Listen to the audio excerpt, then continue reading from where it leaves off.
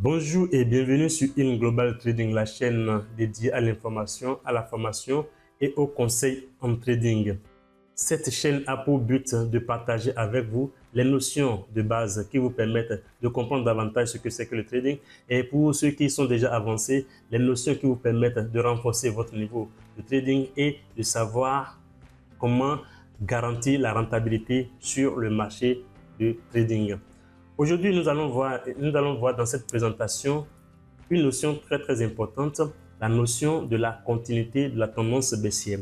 Comment est-ce que, trader, tu peux savoir que la tendance baissière peut continuer? Alors, nous allons voir ça à travers quelques notions spécifiques. Trois figures nous permettent de savoir si la tendance baissière peut continuer après une brève pause des vendeurs. Donc, garde bien ta position, reste jusqu'à la fin car j'ai de très bonnes informations à partager avec toi. Abonne-toi si tu n'es pas encore abonné, active la cloche de notification pour ne pas rater les prochains partages.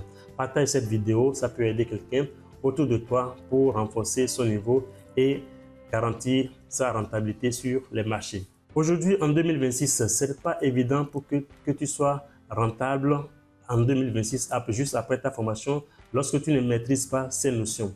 Les notions que nous allons voir aujourd'hui, à savoir la notion de la continuité de la tendance baissière, est une notion très importante, que tu sois débutant en trading ou que tu sois professionnel avancé déjà sur les marchés.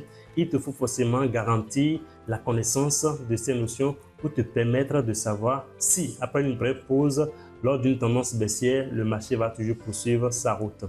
Aujourd'hui, nous allons voir ça à travers trois figures essentielles, c'est-à-dire trois figures chartistes que je vais annoncer rapidement, c'est-à-dire le triangle descendant pour la première figure, il y a le drapeau ascendant et la troisième figure, c'est le triangle symétrique de creux, le triangle symétrique de creux. Alors, c'est à travers ces trois figures que nous allons voir comment est-ce que la tendance baissière peut poursuivre sa route. Alors, lors d'une tendance baissière, il arrive que le marché puisse faire une brève pause. Et lorsque tu rencontres cette figure, c'est-à-dire le triangle descendant, c'est une figure qui annonce que le marché va juste faire une pause et va continuer. Comment est-ce que cette figure est formée? Cette figure est formée par deux droites, une résistance oblique et un support qui est horizontal. Et les deux, pour que le triangle soit valide, il faut que le prix puisse impacter et la résistance et le support pour que cette triangle soit valide. C'est une contraction du prix vers le bas et qui se repose sur le support. Pour connaître l'objectif de cette triangle, il faut reporter la base du triangle descendant au niveau du support pour savoir jusqu'à quel moment, jusqu'à quel point la figure peut continuer, le prix peut continuer sa route avant de s'arrêter. Ceci te permet de savoir jusqu'à quel niveau tu peux prendre tes profits avant que le prix ne s'arrête ou qu'on ne se contracte encore une seconde fois. Avant de prendre position dans une triangle descendant, après un triangle descendant, il faut forcément qu'il y ait la cassure du support et une belle cassure avec une belle bougie du support au même time frame qui vous a permis de déterminer cette figure de triangle descendant. Lorsque tu respectes ces règles, alors tu peux prendre position facilement et savoir que tu vas prendre tes profits aussi dès que ton objectif sera atteint. Lorsque tu ignores ces règles, forcément, la figure, le prix peut contracter ou après une pause des vendeurs, tu peux paniquer et prendre tes profits alors que la tendance va encore continuer. La deuxième figure que nous allons voir est le drapeau ascendant. Le drapeau ascendant est une figure qui est formée par deux droites parallèles. Le drapeau ascendant est une figure qui est formée par deux droites parallèles orientées dans le sens contraire de la tendance baissière. Ce drapeau intervient après une tendance baissière, bien sûr, et pour que le drapeau soit valide, il faut que le prix puisse impacter à chaque niveau, c'est-à-dire la résistance et le support avant que le drapeau soit valide. L'objectif du drapeau ascendant se mesure après la tendance qui a précédé, après l'impulsion qui a précédé le drapeau descendant. Le drapeau descendant est une figure contractée. Plus c'est contracté, plus le signal est fort. Et ainsi, le drapeau descendant est différent du canal ascendant. Le drapeau ascendant est différent du canal ascendant de par sa taille. Sa taille est plus courte que celle d'un canal haussier. Le drapeau ascendant est différent du canal haussier de par sa taille, parce que la taille du drapeau ascendant est très réduite par rapport à un canal. Donc, il ne faut pas confondre un canal haussier avec un drapeau ascendant. Le drapeau ascendant annonce la continuité d'une tendance baissière, alors que le canal, c'est tout autre chose. Nous allons voir ça dans d'autres vidéos. La troisième figure que nous allons voir est le triangle symétrique de creux. Le triangle symétrique de creux est une figure qui précède une tendance baissière. Alors cela annonce une pause des vendeurs et le triangle symétrique de creux est formé par deux droites symétriques entre lesquelles le prix est contracté. Pour que cette figure soit valide, il faut que le prix puisse toucher l'impact, puisse impacter la résistance et le support qui sont symétriques. Alors, pour la prise de position, pour savoir d'abord l'objectif de la figure, il faut reporter la base du triangle symétrique de creux au niveau du support pour connaître l'objectif de cette continuation. Et avant de prendre position, il faut que le support soit cassé avec une belle bougie et que le volume, comme je l'ai expliqué tout à l'heure, le volume sur le marché soit important pour être sûr que le prix ou les vendeurs ont encore la force de poursuivre la tendance jusqu'à l'objectif de ton triangle symétrique de creux. Voilà un peu ce que nous pouvons dire sur ces notions de continuation de la tendance baissière. Alors, si tu es sur cette chaîne pour la première fois, abonne-toi, active la cloche de notification. N'oublie pas de partager et nous allons maintenant passer à la pratique comme d'habitude et voir directement en live sur mon écran comment est-ce qu'on peut trouver ces notions, comment est-ce qu'on peut appliquer directement ces notions lorsque nous sommes sur le marché, que ce soit en démo ou en live. Je vais vous partager tout cela tout de suite.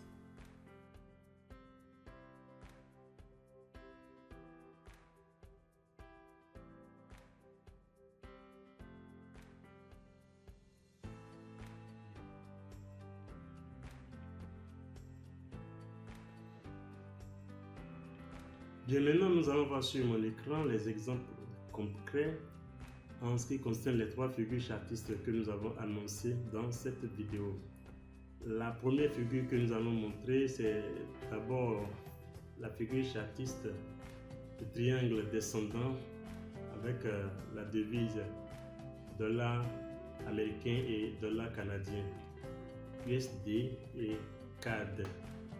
Donc je suis en 1 heure et après cette tendance baissière avec des points bas de plus en plus bas, des points hauts de plus en plus bas, je vois une contraction du prix entre cette ligne horizontale et cette ligne oblique.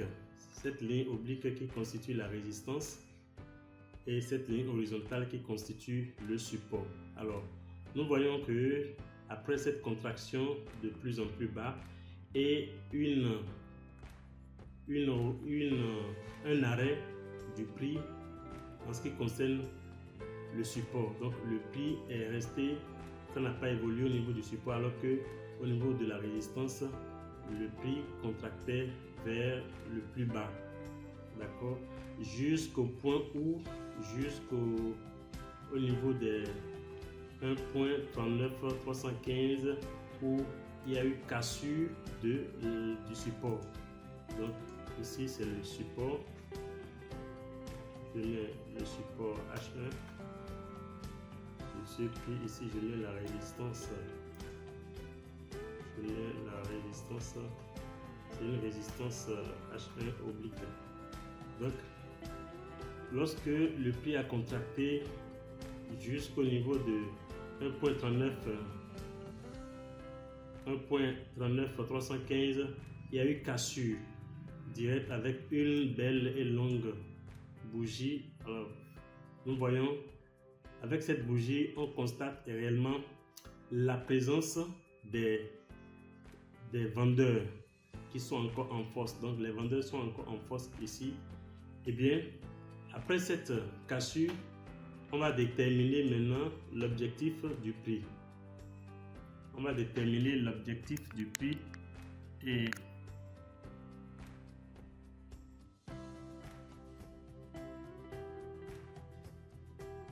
on va déterminer l'objectif du prix.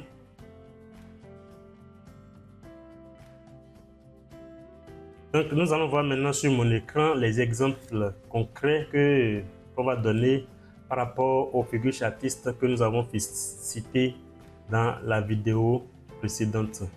Alors, premièrement, nous allons voir maintenant la figure chartiste qui est le triangle descendant. Alors, nous avons déterminé cette figure sur la devise USD CAD, le dollar américain et le dollar canadien en un time frame H1. Une bougie égale à 1 heure. Alors après cette tendance baissière, il y a une contraction du prix avec une résistance qui est oblique et un support qui est horizontal. Le prix s'est arrêté, a stagné complètement au niveau du support, alors qu'au niveau de la résistance, il y a une évolution de plus en plus bas sur cette résistance. On a bien dit qu'avant que le prix ne soit, la figure ne soit valide, il faut deux impacts au niveau de la résistance. Nous voyons, il y a premier impact, deuxième impact ici, et deux impacts minimum au niveau du support aussi. Premier impact, deuxième impact, troisième impact, quatrième impact, ainsi de suite. Alors, après cette contraction, on voit maintenant une belle cassure avec la bougie en une longue belle bougie, ce qui montre que la présence des vendeurs en force sur ce marché. Alors, après cette cassure et après la cassure et la clôture de cette bougie, en ce moment maintenant, on peut se positionner. Et toutefois, il faut déterminer l'objectif de cette figure. Jusqu'à quel niveau le prix peut encore chuter. Donc, je prends la base de cette figure que je reporte au niveau du support. Et bien, je détermine pile poil, vous voyez, là où le prix peut entre-temps s'arrêter. C'est une détermination théorique. Donc, vous voyez que le prix s'est... Donc, arrivé là, je dois me préparer pour prendre déjà mes profits en attendant que le prix ne continue ou ne se retourne, parce que nous sommes sur un marché typiquement aléatoire.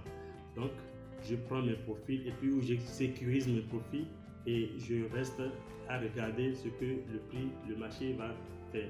Et si le marché, après avoir atteint son profil ici, a contracté, a fait une contraction légèrement haussière et puis a continué vers le bas. Ça, c'est le premier exemple que nous avons vu. Le deuxième exemple que nous allons voir, c'est l'exemple qui concerne le drapeau ascendant. On a bien dit que le drapeau ascendant aussi, c'est une figure de continuation de la tendance baissière. Alors ici, sur la devise NZD-USD, c'est-à-dire le dollar néo-zélandais avec le dollar américain, nous avons détecté une figure chartiste de drapeau ascendant. Et nous allons voir ça ensuite, ce qui a permis que le prix puisse continuer sa marche. Alors nous sommes ici toujours en 1 heure. Et que après cette chute du prix, nous constatons que sur ce graphique, il y a une contraction du prix vers le haut, entre deux droites parallèles. Que voici. Donc, nous avons la première droite qui constitue la résistance. Donc la résistance du drapeau en H1 toujours. Et nous avons aussi le support du drapeau en H1. Alors, après cette figure, si tu ne maîtrises pas, tu vas dire que le marché est en train de se retourner. En ce moment, tu vas te positionner pour un achat. Et juste après ta position, le marché maintenant va casser le support et continuer vers la tendance baissière. Alors, nous avons dit que c'est deux droites. Le marché se contracte en deux droites parallèles, d'accord, dans le sens opposé de la tendance baissière. Alors, dans le sens opposé de la tendance baissière, eh bien, pour que cela soit valide, il faut minimum 2 impacts sur la résistance et 2 impacts sur le support. Nous avons le premier impact, le deuxième. Ainsi, donc, nous avons près de 4 impacts ou 6, voire 7 impacts sur le support, avant la cassure bien sûr. Et maintenant, on va déterminer l'objectif. L'objectif vient de l'impulsion qui a précédé ce drapeau. Donc, voilà l'impulsion, là où l'impulsion qui a précédé le drapeau, voilà son début et voilà sa fin. Eh bien, nous allons prendre cette impulsion que nous allons reporter au niveau du support et c'est ça qui va nous permettre de déterminer exactement jusqu'à quel niveau ce drapeau pourra faire chuter encore le prix. Et bien, après la cassure, nous allons voir que la cassure a eu lieu avec des bougies vraiment hésitantes, et finalement il y a eu une belle bougie par la suite et après sur cette bougie on pourrait déjà se positionner. On ne pourrait pas se positionner ici parce qu'il y a eu des mèches et ces mèches peuvent être déjà des rejets, considérés des rejets de prix. Eh bien, il fallait qu'une autre bougie pour bien confirmer ça, la continuation de cette tendance. Donc, on pourrait se positionner à ce niveau et maintenant attendre que le prix chute et jusqu'à ce niveau. Alors, après un bref parcours, nous allons voir qu'il y a eu encore une très longue contraction du prix, ok, avant que le prix ne chute et ait atteint notre take profit, c'est-à-dire notre profit, là où nous avons estimé que le prix allait chuter jusqu'à. Voilà, donc lorsque c'est à ce niveau, nous avons vu qu'il y a eu encore une contraction, une légère contraction avant que le prix ne se retourne complètement. Est-ce que vous voyez? Donc, voilà un peu ce qu'on peut dire en ce qui concerne le drapeau ascendant pour la continuation d'une tendance baissière. Vous voyez bien que le prix a fait la moitié du chemin. Lorsque le prix a parcouru la moitié de l'objectif, le prix a vraiment contracté. Et lorsque tu ne sais pas, tu peux toutefois déjà clôturer et avant que la chute ne continue et drastiquement jusqu'à atteindre le profit et à former maintenant un double bottom, c'est-à-dire une figure de retournement avant que la figure ne se retourne, avant que le prix ne se retourne définitivement et avant que le prix ne prenne un autre envol. Nous allons voir la troisième figure chartiste qui est le triangle symétrique de creux. Cette figure, nous allons voir ça avec l'actif CAD CHF dollar canadien avec le franc suisse. Bien, nous allons voir cette figure chartiste du triangle symétrique de creux. On a dit que le triangle symétrique de creux vient toujours après annoncer la continuation d'une tendance baissière. Alors, cette figure, nous l'avons bien déterminée sur cet actif.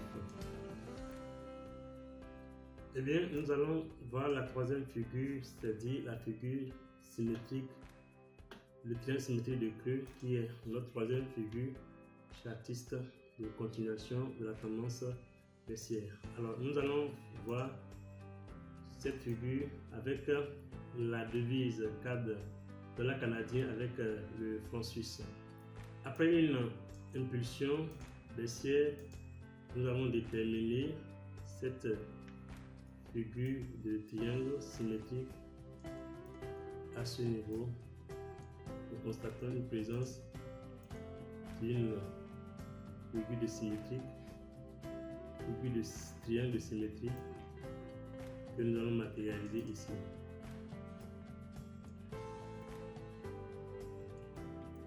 Pour que la figure soit valide, nous avons dit d'abord que la figure symétrique, symétrique de creux est une figure qui précède une tendance baissière. Donc la chute, vous la voyez qui est là, une tendance baissière. Ok.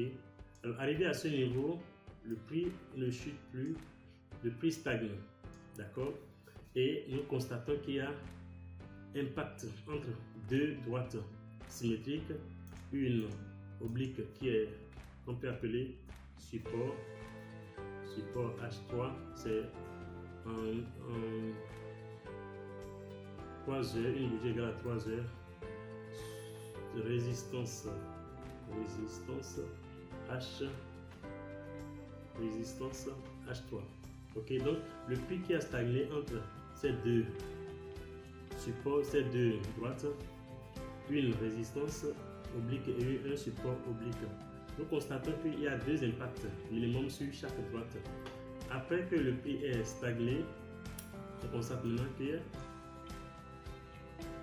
faut maintenant déterminer l'objectif théorique. Donc on reporte la base de cette figure sur le niveau du support pour voir jusqu'à quel niveau le prix. Cette figure nous indique encore la chute du prix. Alors lorsque le prix a cassé avec une bougie, une belle bougie, bon, une bougie hésitante sur le niveau, on attend encore et voici il y aura encore une autre bougie qui peut confirmer la tendance, la cassure. Donc il y a encore une autre bougie qui a confirmé la tendance, toujours des bougies hésitantes parce que ce ne sont pas des bougies pleines, il y a des bougies qui laissent à chaque fois des mèches.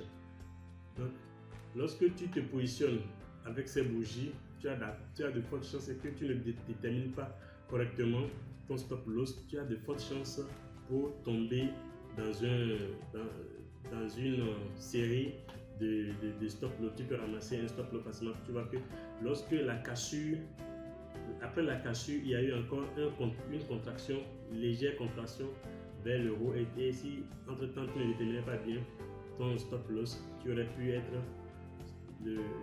sortir du marché.